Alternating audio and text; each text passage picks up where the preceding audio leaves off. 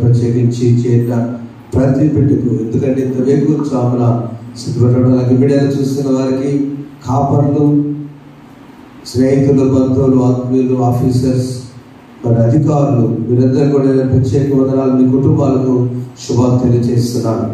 దేవుడు ఇచ్చినటువంటి ఈ యొక్క ఆనందకరమైనటువంటి సమయం, very fresh hours in the morning, worshiping the Lord is the privilege.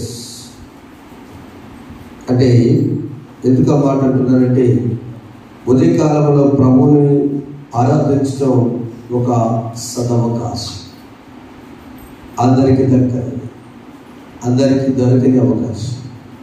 కష్టం అనిపించినా, బాధ అనిపించినా, మన దైనందిన జీవితంలో ప్రభువుకి 6 దినములు కష్టపడి 7వ దినం ఆయన సన్నిధిలో విశాల హృదయముతో, ప్రశస్తమైన వస్త్రములతో ఆయన సన్నిధిలో మార్నింగ్ అవర్స్ ఆయనకి ఉంటుంది. ఆశీర్వదకరమైన తెలియజేసి చప్పట్లు దేవుని పడదాం. అలాంటి గొప్ప కృపను దేవుని 48వ కీర్తన మనం తయారు చేసుకున్నాం. ఒక పల్లెలు పాడుకుందాం అందరం కలిసి. మనం చాలా పాటలు పాడుకున్నాం. మీడియా వాళ్ళు పల్లె మాత్రం ఇవ్వండి. స్తోత్రం చెల్లింతుము. అందరికి వచ్చి పాట, అందరికి పాట పాడలేదు, అందరికి వచ్చి థ్యాంక్స్ చెప్పే మాట. స్తోత్రం చెల్లింతుము, స్తోత్రం చెల్లింతుము, నీతో నా హృదయ స్తోత్రం చెల్లింతుము,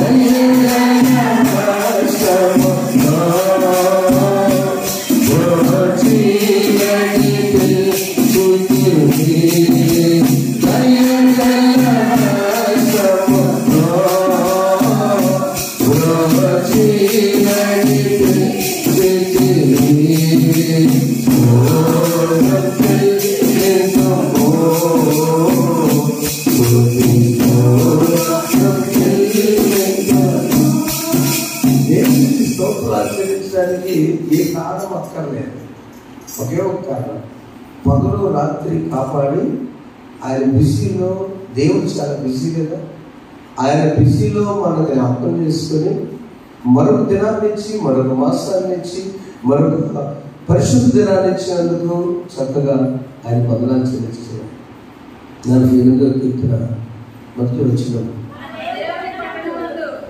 మన దేవుని పట్టణమందు,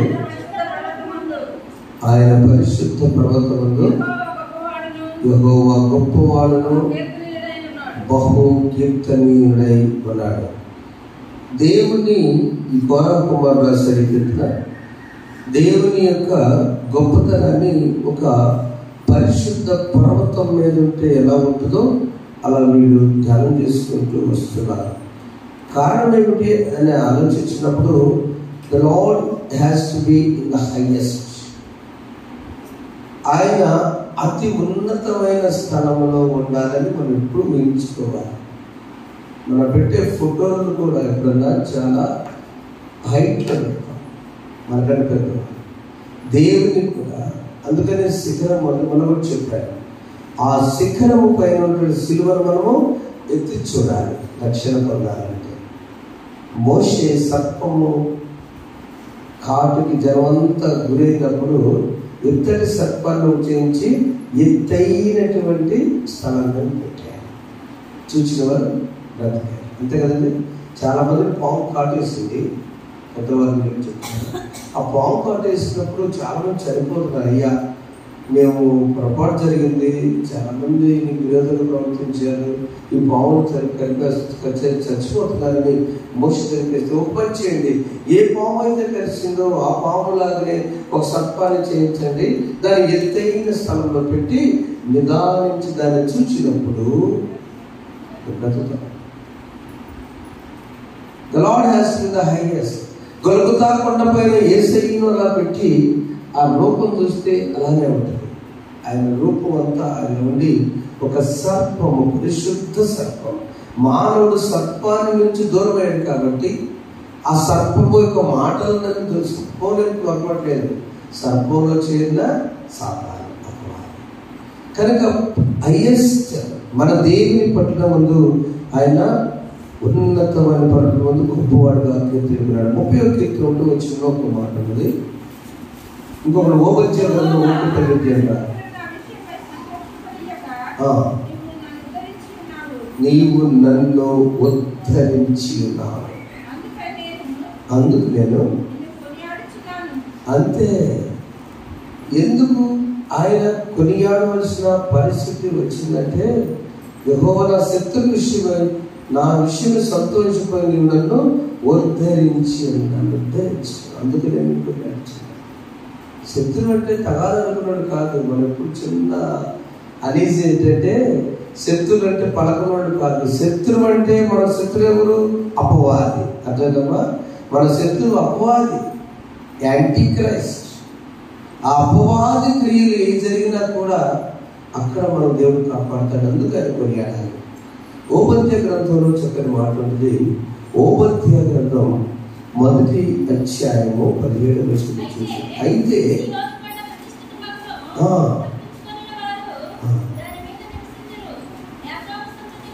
యాకోబు సంతతి వారు ఎందుకు ఆ యాకోబు సంతానానికి ఓబద్య చాలా ప్రీతిందంటే, ఈ ఏది నష్టమైనా కూడా దేవుని బిడ్డలైనటువంటి యాకోబు సంతానం మనమే. దేవుని బిడ్డలైన వాళ్ళు ఆయన్ను స్వతంత్రించుకుంటారు. అందుకు నువ్వు దేవుని దృష్టిలో పొగడాలి, గనపరచాలి. నువ్వు ప్రార్థన చేసుకుంటూ మీరు చెప్పాను కదా, మీకు అర్థం కాకపోతే చెప్తున్నా. మన పిల్లలు చదువుకున్న పిల్లలు ఉన్నారు, మీడియాలో చేస్తున్నారు. We all should praise the Lord in the church. దేవుని స్తుతించాలి. We all should magnify the Lord. దేవుని ఘనపరచాలి. ఆయన యొక్క గొప్ప కార్యాన్ని కనపరచాలి. నీవు మాకు ఇచ్చావయ్యా ఈ సూర్యుడు, ఈ తుఫాన్ ఆపావు, నిన్న పిడుగులు అన్నారు, వాతావరణ కేంద్రం రాడార్ ద్వారా ఇన్ఫర్మేషన్ వస్తే, దేవ ఈ స్థితి నుంచి మాకు ఆయన సన్నిధిని ఇచ్చాడు. అందుకే యాకోబు సంతతి వారందరూ కూడా మనకు దేవుడు ఏ దేశం ఇచ్చాడో, ఏ ఇల్లు ఇచ్చాడో, ఏ గ్రామం ఇచ్చాడో, ఏ దేవాలయం ఇచ్చాడో దాన్ని స్వతంత్రించుకొని ఆనందించాలి. అంతే కదా? దేవుడు ఏది ఇస్తాడు? ఏ ఇల్లు ఇస్తాడు? అదే నీ ఇల్లే దేవాలయం. నీకు ఇచ్చిన దేవాలయం. ఇప్పుడు ఎలా ఉంది, ఇంకా ఫ్యూచర్లో ఏసీలు వస్తాయి, ఇంకా బయట పట్టకపోతే ఇంకా బయట మన తరం వాళ్ళు పైన ఒక స్థలం ఎదురుగాక ఆమె స్క్రీన్లతో చూడాలి మన పైన. ఈ సంతానం కాదు కదా. అది చిన్న మందిరం దగ్గర నుంచి, చిన్నగా ఉన్నటువంటి దగ్గర నుంచి ఉన్నతమైన పర్వతం మీద దేవా నీకు తెలియదు. అందుకే మీకు అంతంతో 4 వచ్చాము. మీకు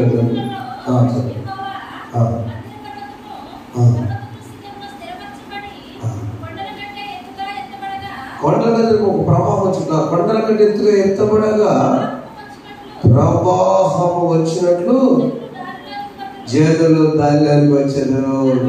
చాలు. ఎలా వస్తారు జనం? ప్రవాహం వచ్చింది. ప్రవాహం అంటే ఏంటి? కరెక్ట్. ప్రవాహం అంటే గట్టిగా నీళ్లు పైన రిజర్వాయర్ నిండినప్పుడు, ఇక పైన వరదలు వచ్చేసి మహారాష్ట్ర నుంచి పైన మొత్తం నదులన్నీ వచ్చేసి ఫుల్ అయిపోయినాయి. ఆ లాకులు గేట్లు పైకి ఎత్తకపోతే ప్రమాదం ముంచొస్తుందన్నప్పుడు గేట్లు పైకి ఎత్తారు. నాగార్జున సాగర్ 26 ఎత్తేస్తారు, విజయవాడ మొత్తం ఎత్తేస్తారు. ఆ ప్రవాహం ఎలా ఉందంటే కొట్టుకుపోతాయి, మొత్తం కొట్టుకుపోతాయి. దేవుని సన్నిధికి ప్రవాహం వల్ల జనం వచ్చుదాకా చెప్పడం. ఒకసారి దేవుని సన్నిధిలో ప్రవాహం వల్లే ఏ ఇల్లు ఏ సభ్యుడు ఉండకూడదు అంతే ఇంటి దగ్గర. అందరూ లాక్ చేసేయాల్సి. ఆ రోజునే నిజమైన ప్రవాహం, అది నిజమైనటువంటి దేవునికి ఇష్టమైన నీ పర్వతమైన తండ్రి. అందుకనే ఆ 15వ వచనంలో అతిథిగా ఉండదగిన వాడు ఎవడు? కీర్తన 15లో చక్కని మాట. నీ గుడారం అతిథిగా ఉండదగిన వాడు ఎవడు?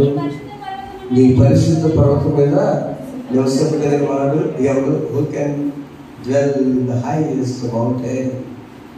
అయ్యా మేమే నీకు ఇష్టం ప్రభా అని మనం ప్రార్థన చేసుకోవాలి. ఈ స్థుతి కీర్తన చివరిగా ఒక చక్కని మాట సౌర్యంగా చేర్చుకుంటున్నాము. ఇందులో చదువుతున్నాము.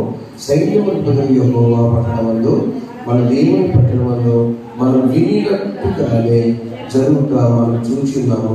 దేవుడు నిత్యం దాన్ని స్థిరపరచాలి. దేవుడి మాటలు దీవించుగాక. ఆమేన్. మనము విందాం, వినినట్టుగానే దేవుడు స్థిరపరుస్తాడు. మీ గాడ్ బ్లెస్ యు ఆల్. అందరం కలిసి, ఎందుకంటే ప్రభు పట్టాన్ని హైయెస్ట్ దేవుని పెడదాం, ఉన్నతమైన దేవుని ఇద్దాం. అధికారులు వస్తే పెద్ద సీటు పైన వేస్తాం, సీటులో సెంటర్లో పెడతాం. ఆ సీటు ఆర్చిలాగా చాలా సపరేట్గా చూస్తాం. దేవుని విషయంలో కూడా, దేవుని యొక్క సన్నిధిలో కూడా మనం ఉన్నప్పుడు, దేవా నీ ఉన్నతమయ్యా, మన ఇంటిలో దేవుని స్థానం ఇద్దాం, మన జీవితంలో దేవుని స్థానం ఇద్దాం, మన ఉద్యోగంలో, మన వ్యాపారంలో, మన పనులలో నువ్వు ఏది ప్రారంభించినా నీ వలన మేము ఎలా ఉన్నామయ్యా అంటే ఆయన పర్వతం మీద మనం ఎక్కించి ధనపరిచినట్టు. May the Lord bless you. Give priority to God Almighty in all aspects, in all activities, in all the respective duties. నీకున్న ప్రతి పరిస్థితిలో, నీ ప్రతి పనిలో, నీకున్న ప్రతి నడకలో ప్రభు ప్రాధాన్యత. అప్పుడే ఆయన పర్వతం మీద నివసించడానికి మనకు అవకాశం ఉంటుంది. మనకి తెలుస్తుంది 228వ పాట, బాసులేని సిలువల పాపక్షమ. ఈ ఆదివారం పేరు శ్రమ ఆదివారం. ఇక మనం కొన్ని పాటలు వచ్చే వారం అట్లాగా జరుపుకుంటాం.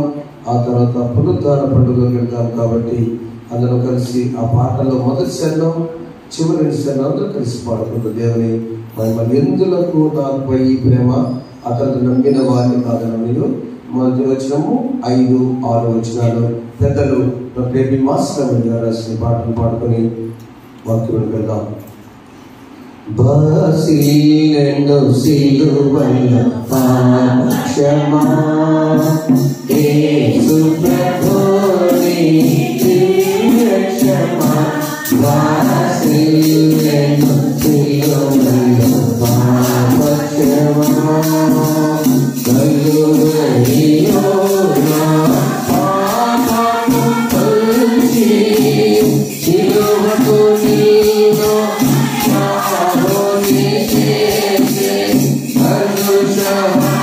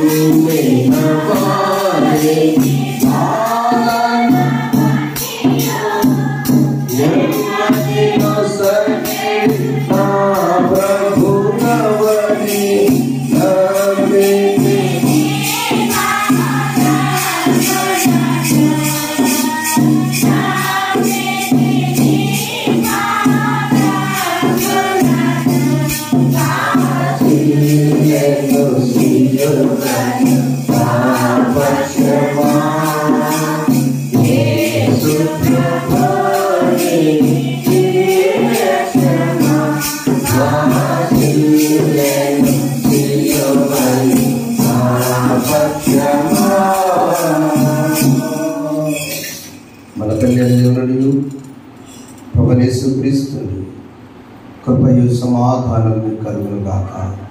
ఆమేన్. ప్రార్థన చేసుకుందాం. మహోన్నతులకు స్తోత్రం. పరిశుద్ధ పర్వతం మీద నివసించువాడా మీకు స్తోత్రం. నీ గొప్ప తనాన్ని మేము వివరించడానికి యోగ్యము కాదు.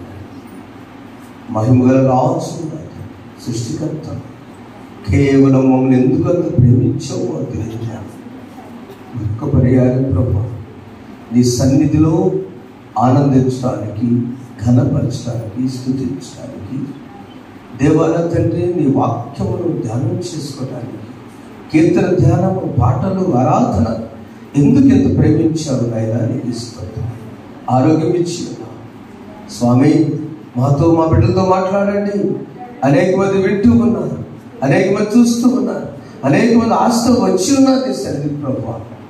ఈ సమయాన్ని మీకు అప్పగిస్తూ యేసు నామమున వేడుకుంటున్నాం తండ్రి. ఆమేన్. తీసుకుంటున్నాం.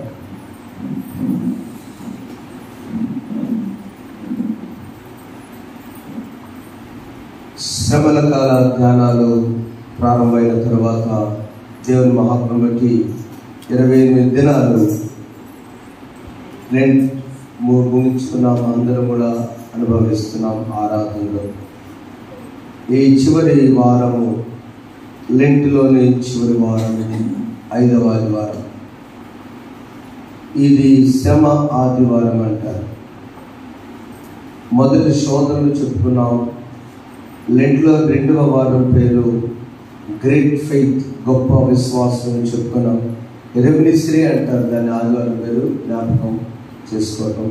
3ది ఒకలై అంటారు, నేత్రములు. లెంట్లో 3వ రోజుల చీకటి నుంచి మనం వెలుగులోకి రావాలి, మంచి నేత్రాలతో చూడాలని చెప్పుకున్నాము. 4వది ఆయన నమ్మదగిన వాడు అని మనం చెప్పుకున్నాము. 5వ వారంలో ఈ రోజున మనము శ్రమ ఆదివారం. శ్రమ ఆదివారం ప్రభు శ్రమల పడుచు. ఆ తర్వాత ఆయన ఊరేగింపులకు వెళ్ళి మట్టల ఆదివారము, తర్వాత పునరుద్ధాన ఈ శక్తిలో.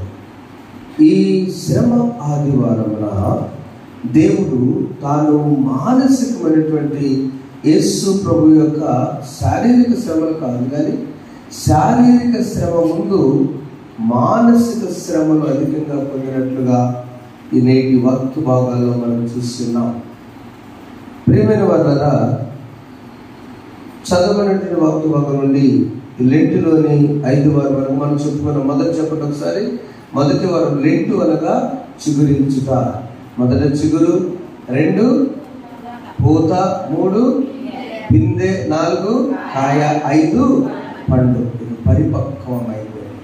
ఆ పండునిగా ఆనందించాలి, స్వీకరించాలి. ఈ శ్రమల కాలం ప్రభు ఈ లోకంలో ఆయన పడిన శ్రమలో, ధ్యానములో ఇక దగ్గరకు వస్తున్న పరిస్థితుల్లో ఈ 5వ వారం దేవుడు మనతో మాట్లాడాలంటే యోహాను సువార్త, పరిశుద్ధుడైన యోహాను గారి సువార్త 8వ అధ్యాయము 47వ వచనాన్ని ఒకసారి ధ్యానం చేస్తాం. దేవుని సంబంధి అయిన వాడు దేవుని మాటలు వినును.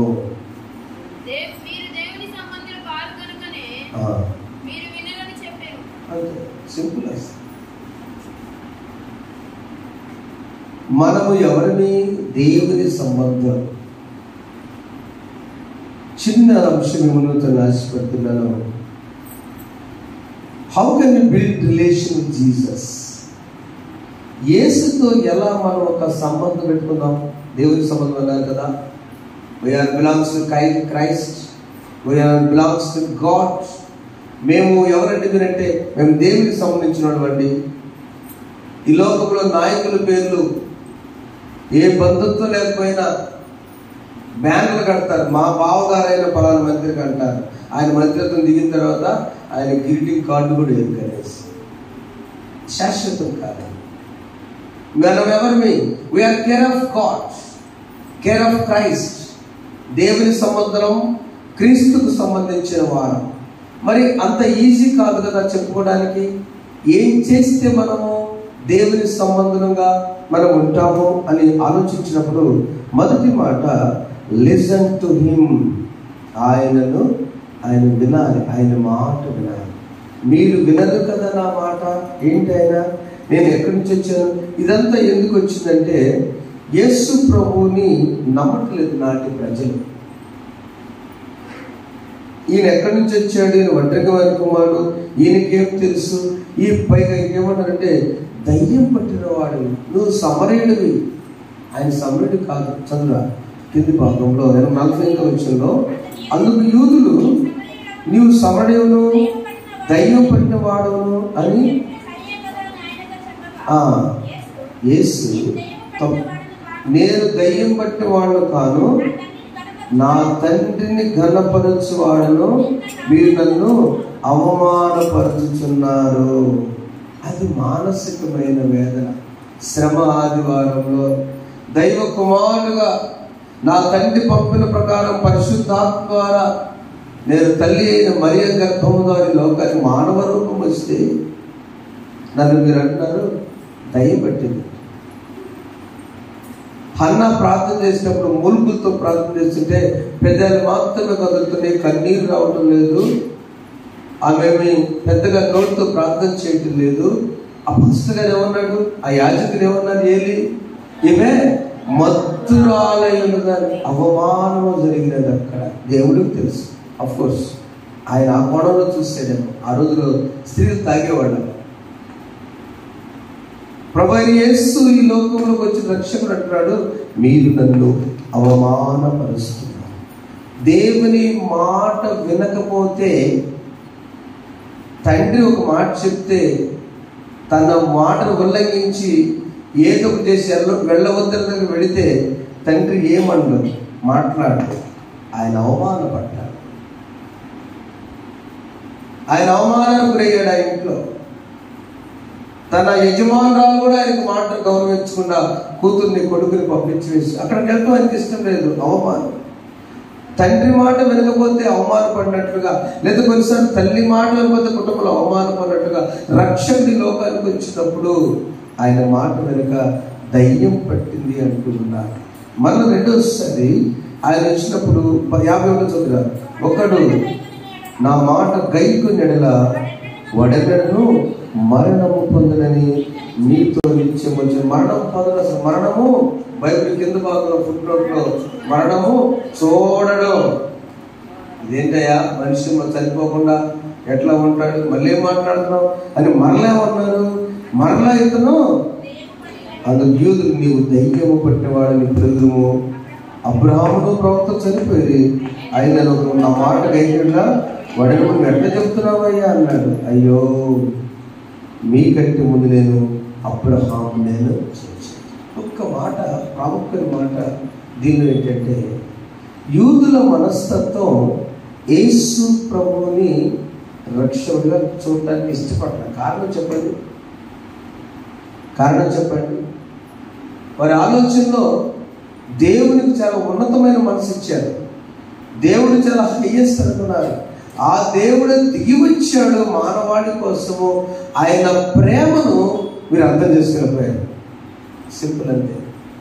దేవుని ప్రేమ యేసు తండ్రి అయిన దేవుని ప్రేమ, దేవుని ప్రేమ ఇదిగో జనులార భావమున తెలియనే కేవలము నమ్ముకొనినా పరలోక జీవం పరలోక జీవం నమ్మండి, వినండి, నమ్మండి. యాకోబు పత్రిక 1వ అధ్యాయము 19వ వచనంలో మనం చూసినప్పుడు, నా ప్రియ సహోదరులారా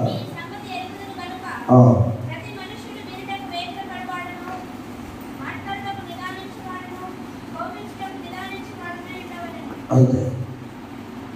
మాట్లాడటానికి నువ్వు రెడీగా ఉండాలి, వినటానికి రెడీగా ఉండాలి. దేవుని మాట విన్నవాళ్ళు ఎవరు కూడా నష్టపోలేదండి. మొదట మనం బిల్డ్ అవ్వాలి రిలేషన్ అంటే సింపుల్ సార్, ఏంటో తెలుసా? Listen to him. చెప్పండి, లిసన్ టు అంటే ఆయన మాట వినాలి. ఆయన మాట వినటువంటి ఎక్కడ దొరికింది ఆయన మాట? నేను చెప్పుకున్నాను, సోదరి గారు చెప్పారు కదా, అపొస్తలుల కార్యం 16వ అధ్యాయంలో లూదియమ్మ, తన లూది అనేటువంటి దైవభక్తుల స్త్రీ, వారు చెప్తున్న మాటల యందు లక్ష్యం ఉంచిన. She focused. ఏం చెప్పుకుంటారు పౌలు గారు? ఎంతసేపు చెప్పుకుంటారు చెప్పండి నా ప్రియమైన వాళ్ళారా. ఆయన చెప్పింది మూడే మాటలు. ఆయన జననం, జీసస్ బోర్న్ ఫర్ us, యేసు మన కొరకు పరిశుద్ధుడిగా జన్మించాడు. 2, ఆయన శ్రమలు, ఆయన మరణం. ఆయన మన కొరకు మనపడే శ్రమ అంతా ఈ లోకపడే శ్రమ హృదయ ప్రక్కనోళ్ళు. ఆయన శ్రమలు ఆధ్యాత్మికమైనవి. పాపము ద్వారా దేవుని నుంచి మానవుడు దూరమయ్యాడు కాబట్టి ఆ దూరమైన మానవుడు మన దగ్గర రావడానికి, తీసుకుని వెళ్ళడానికి, వీసా రెడీ చేయడానికి యేసు ఈ లోకానికి వచ్చాడమ్మా. ఆయన వెళ్ళాడని సాదృశ్యం జన్మించాడు. సత్యమా లేదా చెప్పండి? సత్యమే. ఆయన శ్రమ పడ్డాడా లేదా? ఆయన మరణించాడా లేదా? తిరిగి లేచాడా లేదా? ఆయన ఆరోగ్యమైనా లేదా? చరిత్రం అని ఈ వాక్యం అవునండి. ఆ క్రొత్త బోధ ఆనాటి ప్రజలకు మాట్లాడువాడు కనుక యేసు అనేక మంది స్వస్థత కార్యాలు చేశారు, అద్భుత కార్యాలు జరిగించారు కనుక ఆయన మాట వినండి. సింపుల్. మాట వింటే లూదియమ్మ తన కుటుంబము, తన ద్వారా దెయ్యం పట్టినటువంటి ఆ బాలిక, ఆ తర్వాత ఖైదీలు మారారు, ఆ తర్వాత జైలు మారాడు. ఒక్క ఆమె వాక్యం ద్వారా ఎంతమంది మారారు చెప్పకూడదు ఒకసారి? ఒక్క సహోదరి దేవుని మాటలు వింటలో లక్ష్యం ఉంచిన. She focused on God's word. నేను చాలాసార్లు మీకు చెప్పాను, ఎవరైనా కొత్త ఉన్నారు మళ్ళీ చెప్తుంటాను. ఇంగ్లీష్లో 2 పదాలు ఉన్నాయి. వినుట అనే దానికి 2 ఇచ్చారు, హీరింగ్ అండ్ లిజనింగ్ కదా. వీడియో చేశారు కానీ స్కిల్ ఆఫ్ లిజనింగ్ కదా. ఏంటి హీరింగ్ అంటే? ఫ్యాన్ సౌండ్ చాలా వినపడుతున్నాయి ఇక్కడ. వాటి మీద మనం మనసు పెడతారా మీరు? లేదు. దేని మీద పెడతారు? నా మాట వాక్యం మీద పెడతారు. దాన్ని లిజనింగ్ అంటారు. గ్రహించుట. వినుట కొన్నిసార్లు విడిచిపెడతాం.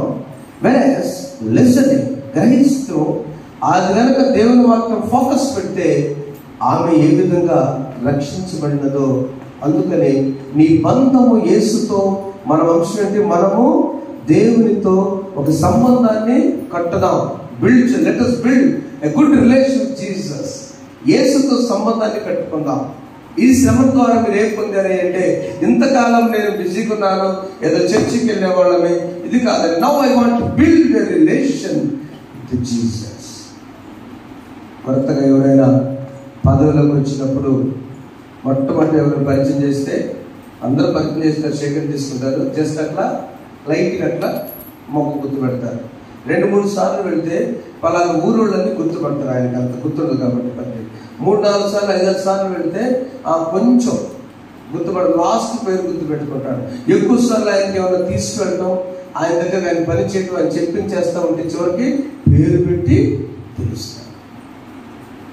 స్టెప్ బై స్టెప్ ఆ నాయకునితో, ఆ అధికారితో ఆ బంధం అవుతుంది, పెరుగుతూ వస్తుంది. చివరిగా ఆ ఊరిలో ఎవరు వచ్చిన రాకపోయినా, వర్షమైనా కష్టమైనా, తనకు అవసరమైనప్పుడు పిల్లగారు వస్తే ఇంటి పేరుతో సహా చెప్తాడు, నీ పిల్లలు ఎలా ఉన్నారంటాడు. ఇంకొచ్చి సంవత్సరం అయిన తర్వాత భార్య పేరు గుర్తు పెట్టుకుంటాడు. ఆ తర్వాత పిల్లల పేరు గుర్తు. ఎప్పుడండి ఇదంతా కూడా ఆయనతో సంబంధం కలిగి build the relation with Jesus.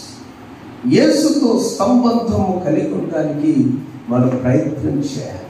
లూతి అనే ఇంకొక ఆయన, ఒక ఆఫీసర్ మనకు తెలుసు, జక్కయ్య. జస్ట్ చదవండి వచ్చిన లూకాసు వార్త 19వ అధ్యాయము 1వ వచనంలో, యేసు యూదులు గ్రహించలేకపోతున్నారు కానీ చాలా మంది ప్రభుత్వం గ్రహించారు. ఆయన సంచరించు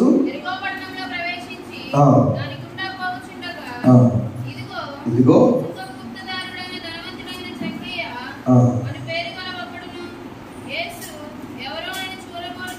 యేసు ఎవరు అని చూడగోరెను కనుక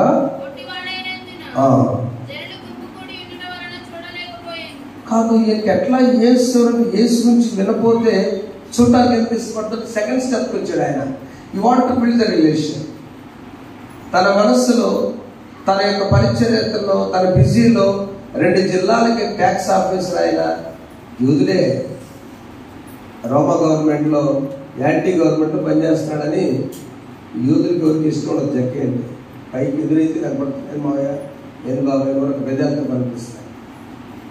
మా రోమిల దగ్గర చేస్తున్నాంటే మేము రోమిల దగ్గర చేస్తున్నాం, మన యూదులను పిండించుకున్నాం అనేటువంటి చేస్తున్నప్పుడు ఆయన కూడా అవమానానికి తెలియకుండా గురైన పరిస్థితి వచ్చింది. అయితే యేసు ఎవరో విన్నాడు. ఏంటి ఎంతమంది ఫాలో అవుతున్నారు? యేసు దగ్గర ఏముంది? యేసు శిష్యుని చూసినా, యేసుతో నడిచే మనుషులు చూసినా చాలా పీస్ఫుల్గా ఉన్నారే. రిచ్నెస్ చూడండి, జాగ్రత్త గమనించండి. They are living very peaceful life. చాలా పీస్ఫుల్గా ఉన్నారే. ఏంటి ఇంత హాయిగా ఉన్నారు? మీరు కూడా గమనించండి.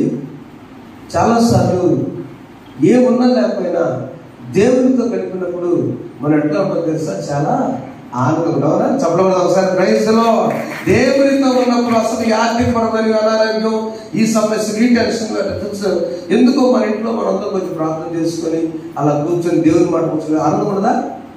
అంతే. That doesn't happen. జక్కయ్యకు ఆనందం లేదండి. అన్నీ ఉన్నాయి. కాస్ట్లీ సోఫా ఉండొచ్చు, ఆ రోజుల్లో ఖరీదైనటువంటి అన్నీ ఉండవచ్చు.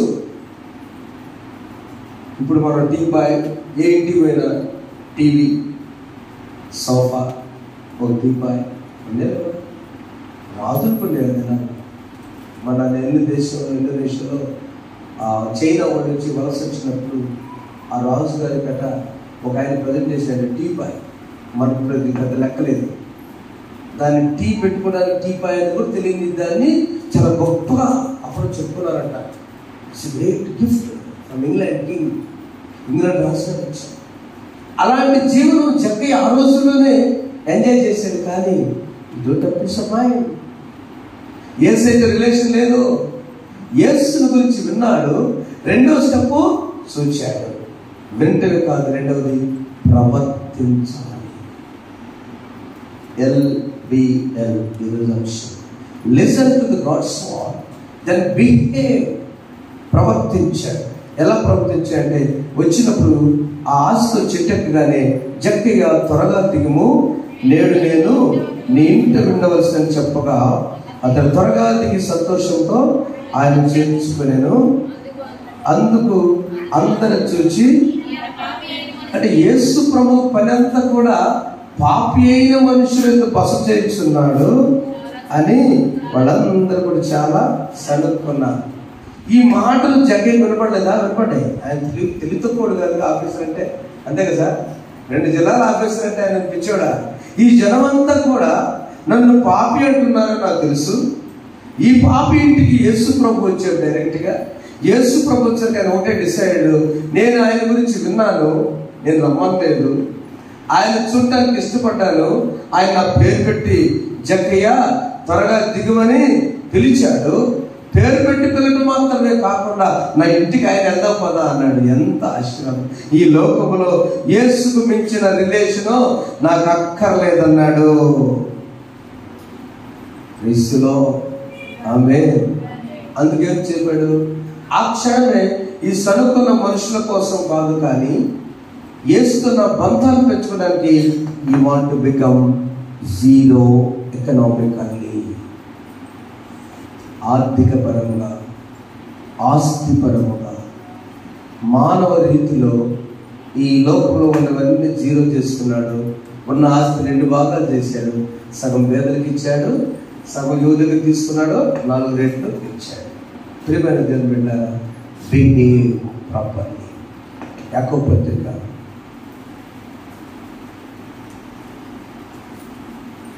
1:22 మీరు వినువారు మాత్రమే వాక్య వాక్య ప్రకారం ప్రవర్తించు వారిని అంటే బీ డూవర్స్. నాకు అర్థం కాలేదు తల్లి. ఫస్ట్లో 2013లో కాన్ఫరెన్స్కి వెళ్ళినప్పుడు నేను చెప్పాను ఒకసారి. అక్కడ పెద్ద పెద్ద బ్యానర్ పెట్టారు. మన చర్చ్ దీనికంటే 2 రెట్లు అక్కడ దాకా వెళ్ళింది. పెద్ద 2000 మంది కూర్చున్నారు. గిడియన్ మినిస్ట్రీ తరఫున జైపూర్ వెళ్తే అంతా మనకి అంత ఇంగ్లీష్ వచ్చినా బైబిల్ పరంగా ఇంగ్లీష్ అంత కాదు కదా. జస్ట్ బీ డూవర్స్ అన్నారు. ఏంటి అర్థం కాదు. నేను కూడా ఇంగ్లీష్ బైబిల్ తీసుకెళ్ళాను, తెలుగు తీసుకెళ్ళాను. బీ డూవర్స్ అనేది నాకు తర్వాత తెలుగులో అప్పుడు సెల్ ఫోన్లో బైబిల్ కూడా అంత 2013 అంత యాక్టివిటీ తెలియదు మనకి. చూసిన వాళ్ళు 3 రోజులు అదే మాట మేము మాట్లాడాము. మనము చాలా మందికి కొత్త నిబంధనలు ఇచ్చాము. గిడియన్స్ ఉద్యోగం చేసుకుంటా గిడియన్ పరిస్థితి చేస్తారు కదా. ఎంతమంది కొత్త నిబంధనలు పూర్తి చేసాము? మొదటి ప్రశ్న ఎవరికి వాళ్ళు అడుగుతున్నారు. ఈ కొత్త నిబంధనలు చదవండి అని చాలా మందికి పంచినటువంటి గిడియన్లు నా సోదరు వందనాలు. గిడియన్ పరిచయకి హ్యాండ్సమ్. ఎంతమంది దాన్ని పూర్తి చేసాం? గుడ్. కొంతమంది చేతులు ఎత్తారు, కొంతమంది చేతులు ఎత్తారు. 2 రైట్. నెంబర్ 2 ప్రశ్న మొట్టమొదటి వినువారు మాత్రముగా లేకపోతే ఏదో పంచేవారిగా ఉన్నామా? ఎంతమందిని పాత నిబంధనను మనము చదివి ఉన్నాము? అది చాలా చేతులు దిగుతుంది. అందుకే ఆయన వాక్యం చెప్పారు. ఈ సంవత్సరం అంశం ప్రార్థన పూర్వకంగా బీ డూవర్స్. వినువారు మాత్రము కాకుండా చేయువారు ఉండండి. అంటే మాటలు కాదు చేతలు. మన భాషలో మాటలు కాదు చేతలు. ఈ వాక్యాన్ని ఎంతమందికి నువ్వు పంచావు? ఎంతమంది నువ్వు షేర్ చేసుకున్నావు? ఇంత వాట్సాప్ లేదు ఆ రోజు, అంత డెవలప్ కాలేదు. ఎంతమంది స్నేహితులతో నువ్వు షేర్ చేసే వాక్యం అన్నప్పుడు ఇది చివరి రోజున ఒకసారి మాట్లాడాడు. ఈజ్ ఫ్రమ్ స్విట్జర్లాండ్, ఇంజనీర్ గారు చెప్తూ ఈ జక్కయాస్ గురించి మాట్లాడుతూ జక్కయ్యలో ఉన్నటువంటి లక్షణాన్ని ఆయన ఎప్పుడైతే ఆయన వింటగా ఆయన 3 స్టెప్స్ చేశాడు. నెంబర్ 1 జక్కయ్య విన్నాడు.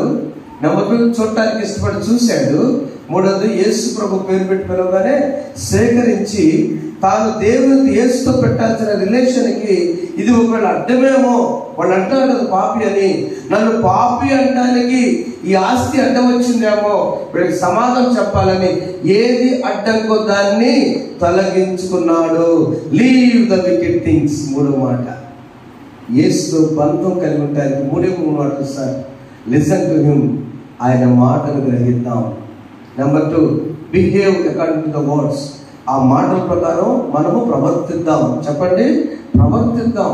3వది లీవ్ ద వికెట్ థింగ్స్. విసర్జించి వేద్దాం. 3వది పవిత్రమైన దేవునికి ఇష్టం లేని హెబ్రీ పత్రిక 7వ అధ్యాయము 26వ వచనం చదువు ఒకసారి.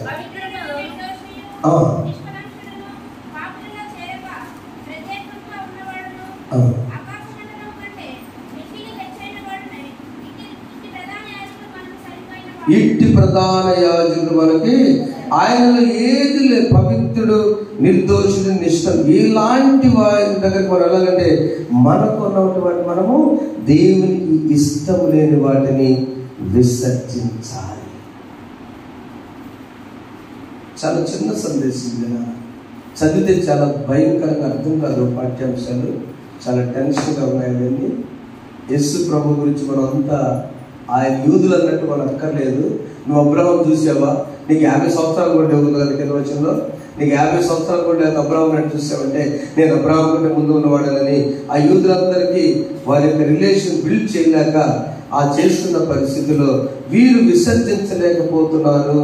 వీటిని వారికి ఉన్నటువంటి పట్టుదలను, వారికి ఉన్న జ్ఞానాన్ని విసర్జించలేదు. 57వ యోహాను సువార్తలో అందుకు యూదులు నీకింకా 50 సంవత్సరాలు లేవే, నీవు అబ్రహాం చూసుకుని ఆయనతో చెప్పగా యేసు అబ్రహాం పుట్టక మునిపే నేనున్నాను మీతో నిత్యం చెప్పున్నాను. కాబట్టి వారు పాపం వచ్చింది వాళ్ళకి. కాబట్టి వారు ఆయన రాళ్ళు రుముట బెత్తిరి కానీ యేసు దాగి దేవుని ఒక్క మాట చెప్తే, తండ్రి మీరేమి చేస్తున్నారు, వీరు క్షమించమన్న మాటలో దిస్ ద ఫస్ట్ రీజన్. రాళ్ళు తీసుకుని వేసే రెడీ అయ్యేటమ్మా. కారణం ఏంటి? నేను అబ్రాహాం కంటే ముందున్నాను అంటున్నాడు. మరణించిన వారు కూడా మరణం కూడా వాడు చూడంటున్నాడు. నువ్వెవరు అమ్మాడంటానికి? వారికి తెలియని వారి నేత్రములు గుడ్డితనంతో ఉన్నాయి. లోక రక్షకుణ్ణి వారికి తెలియ చేశారు. ఇప్పుడు మనము తెలిసి చేస్తున్నామో, అది ఇంపార్టెంట్. వారికి ఇంత లిటరేచర్ లేదు, ఇన్ని ప్రూఫ్లు లేవు, వారి నమ్మశక్యంగానే ఉన్నారు యూదులు. కానీ నేడు మనము యేసుతో రిలేషన్ ఉన్నట్టే ఉన్నాము, కానీ ఉండి ఉన్నట్టుగా ఎన్ని సంవత్సరాలైనా కొంతమంది వస్తారు కార్యకర్తలు, ఎన్ని సంవత్సరాలు వాళ్ళ పేరు నాయకులు తెలియదు, దూరం ఉంటా ఉంటారు. కాదు, యేసు అలాంటి వాడు కాదు. ఎంత పాపినైనా ప్రేమించి తీసుకుని వచ్చేవాడు. పాపులకై దిగి వచ్చెనట, రోగులకై వైద్యుడని, పాపుల పంచని తోస్తుని.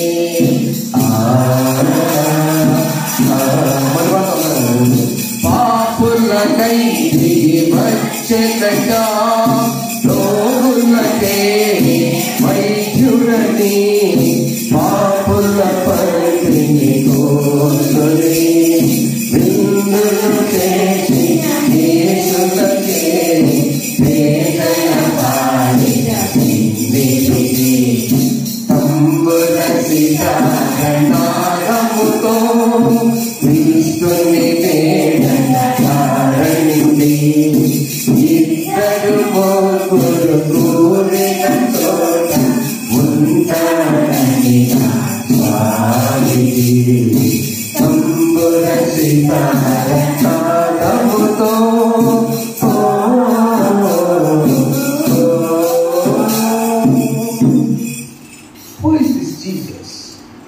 యేసు ఎవరో వినబోతున్నారు. యేసుతో ముందు బంధంతో పెట్టుకున్నాం. చెప్పండి, 3 మాటలు. ఆయన మాటలు విందాం. చెప్పండి, ఆయన మాటలు విందాం. 2, ఆయనతో కదా ఆయన మాట ప్రకారం ప్రవర్తిద్దాం. ఇంటిలో, దేవాలయంలో, నువ్వు పనిచేసే స్థలంలో, సమాజంలో ఒకే రీతిగా ఉండాలి. నువ్వు ఉపవాస దీక్ష చేసినంత మాత్రాన శారీరకమైనటువంటి శ్రమ కాదు, యేసు మానసికంగా అవమానపడ్డాడు అక్కడ నా కోసమని.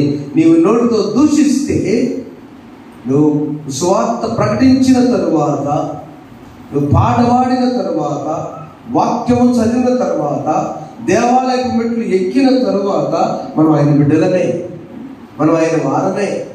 ఆ యొక్క బంధంతో పెంచుకుంటున్నాం. Leave the wicked things. 3వ మాట, విసర్జించాలి. మన పనికిరాని కోపం వచ్చిందనుకో, కోపం అయ్యా తగ్గించు. బూతులు మాట్లాడతానికి మాకు అలవాటు అనుకో, తగ్గించుకో. నీ స్వరం దేవుని సన్నిధిలో చక్కగా ఆనందించావు. నీ కళ్ళు దేవుని వాక్యాన్ని చూస్తున్నాయి, నీ చెవులు వినడానికి రెడీగా ఉన్నాయి. వీటన్నిటిలో నీకు ఇష్టం లేనిది వదిలేసేయి, భయపడబాక. చాలా గొప్ప సాక్ష్యం. విడుదలైతే పాస్టర్ గారు జనాల్లో చేస్తారు. 1000 బంధువులు, మీ బంధువులమ్మా ఇస్సాక్ గారు, ఆమె వాళ్ళ నాన్నగారు ఇచ్చిన కొలుసట, నాన్నగారు ఇచ్చిన డబ్బులతో జాగ్రత్త ఎప్పుడో పెళ్లి చేతిలో చేయిస్తే ఆమె ఎక్కడ పోగొట్టుకుందో అవ్వట్లేదు.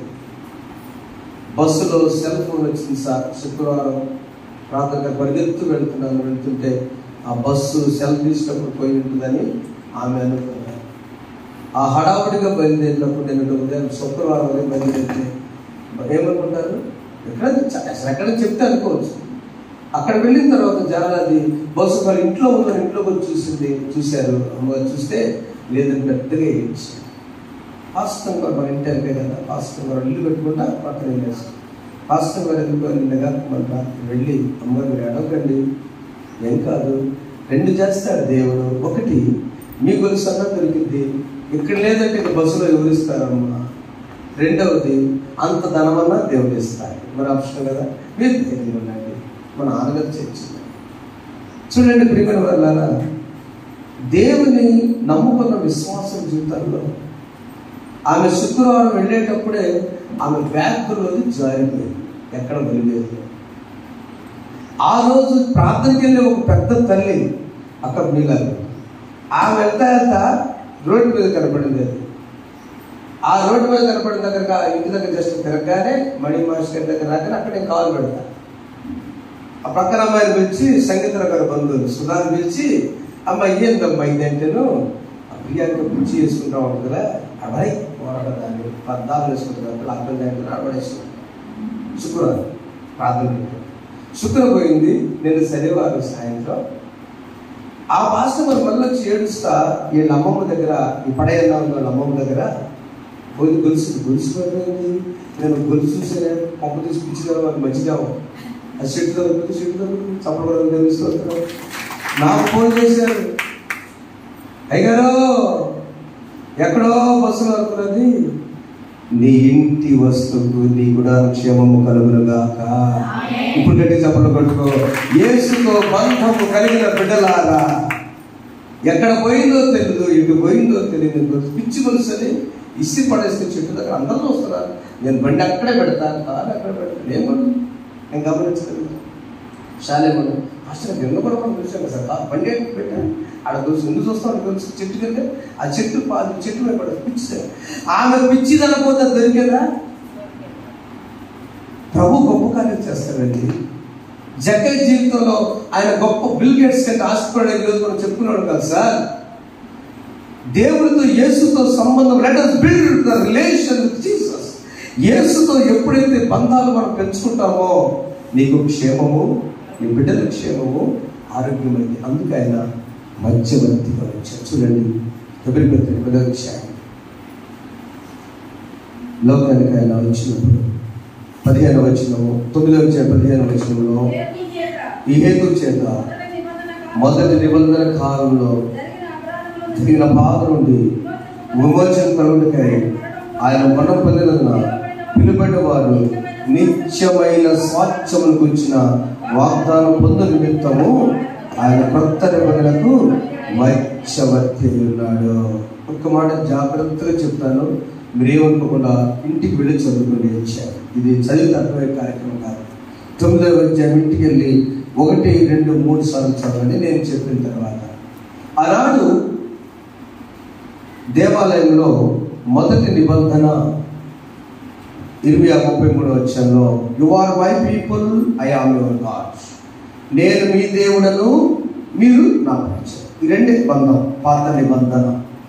అంతే కదా, నేను మీ దేవుడిని, అంతే. మీరందరూ నా ప్రజలు. This is my our covenant. అబ్రహాంతో చేసిన నిబంధన.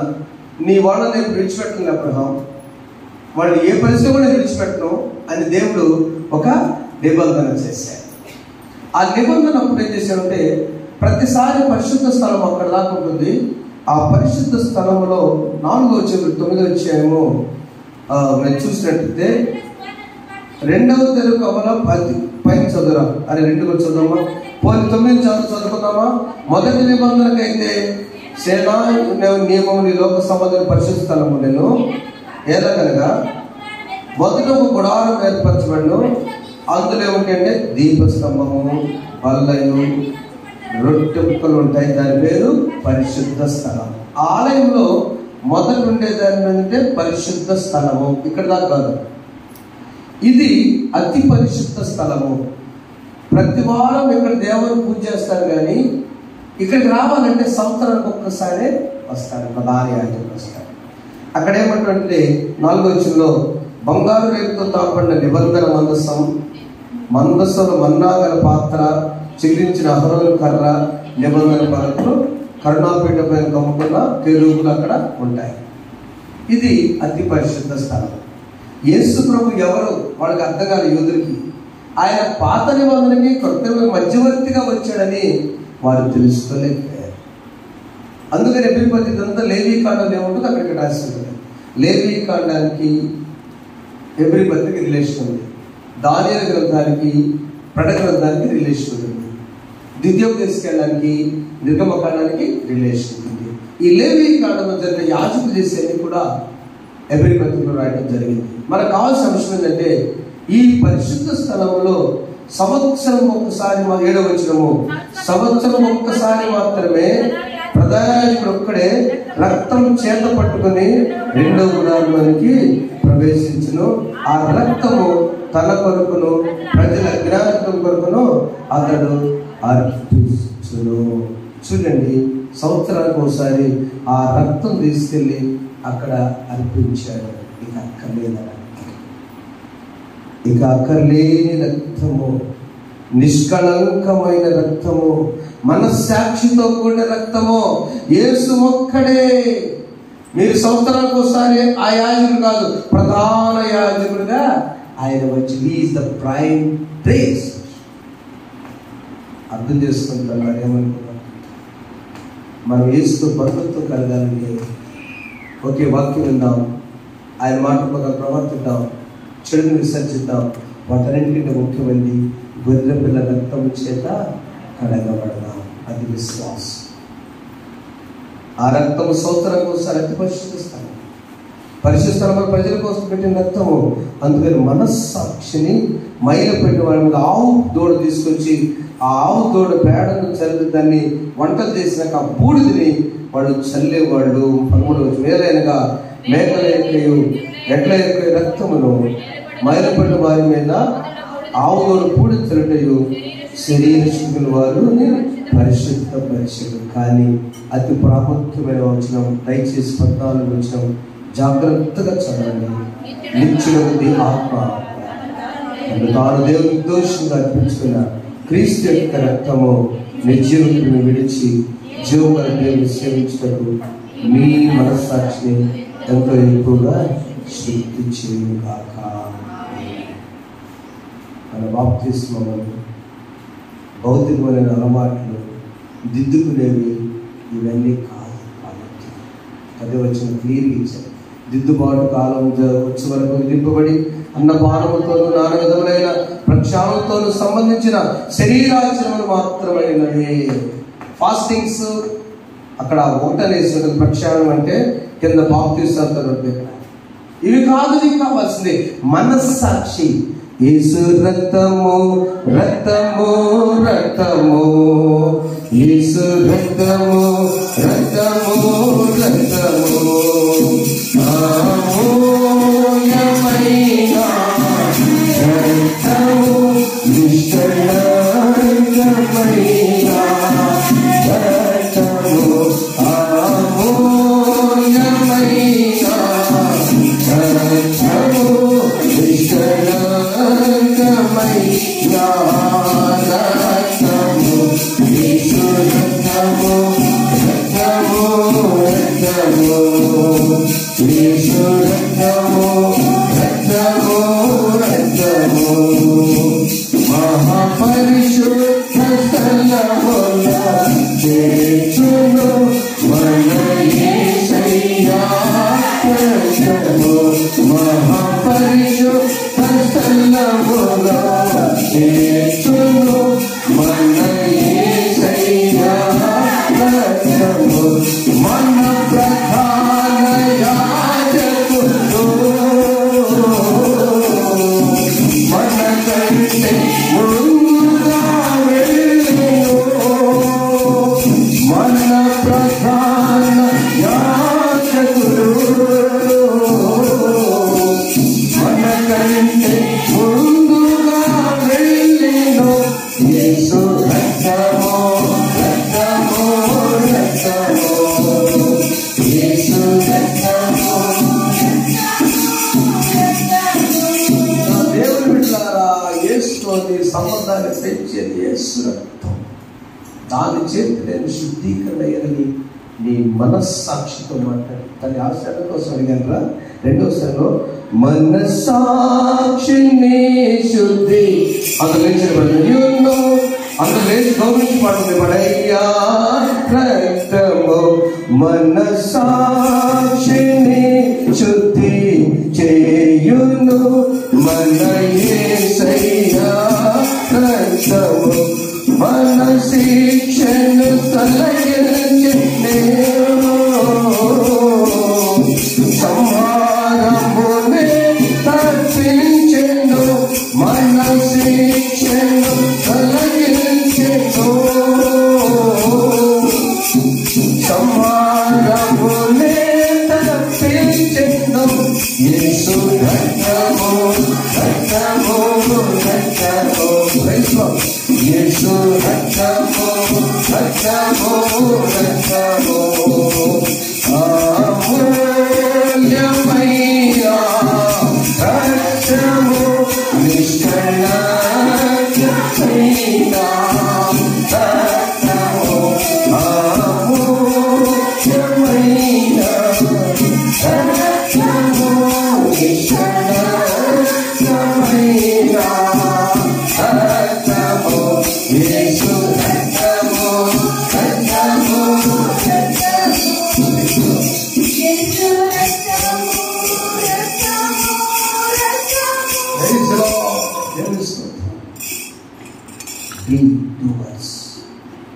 ప్రవర్తించేవారు వినువారు మాత్రం విన్నా ప్రవర్తిద్దా.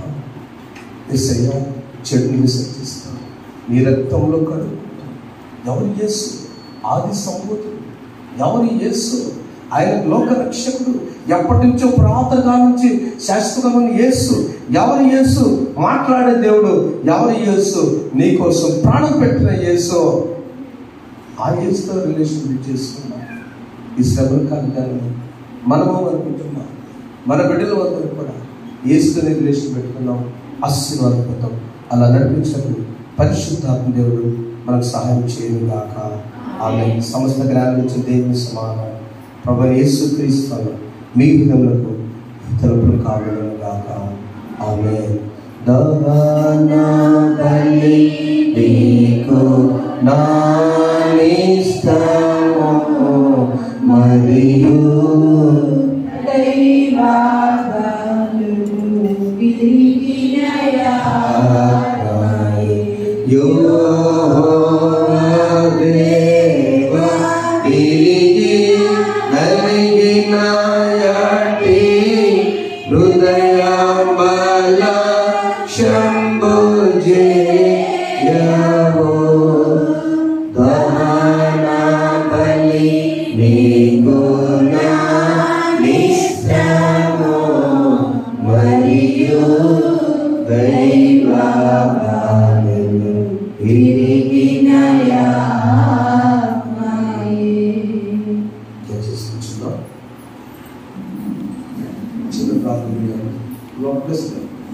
వారిని నీతో బంధుతో పెరిగే వారికి ఇచ్చారు.